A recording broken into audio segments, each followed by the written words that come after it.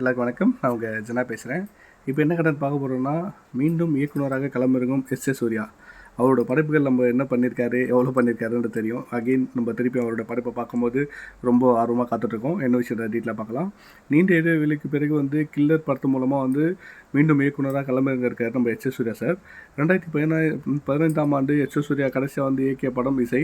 இந்த படம் எதிர்பாராத வரவேற்பு பெறலை. அதை தொடர்ந்து 3 நடிகராக மாறினார்.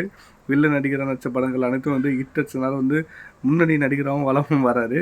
தமிழ் மட்டும் இல்லாமல் தெலுங்கு, மலையாளம்னு நம்ம சூர்யாவோட கால்ஷீட் டைரி ரொம்ப ஃபுல்லாகிட்டேன்னு சொல்லிடலாம். இப்போதும் வில்லனாக நடிப்பது 12 கோடி வரை சம்பளம் கேட்குறாராம். அதை கொடுப்பதற்கு தயாரிப்பாளர்களும் தயாராகவே இருக்காங்க. இதற்கிடையே கேம் சேஞ்சர் வெளியான ஒரு வாரத்தில் தான் மீண்டும் இயக்குனராக படம் குறித்த அறிவிப்பு வெளியிட்டுள்ளாராம்.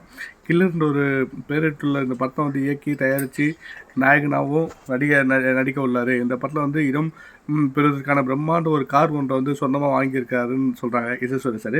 அதில் தான் இப்போது படப்பிடிப்பு கலந்துக்கிட்டு இருக்காங்களாம்.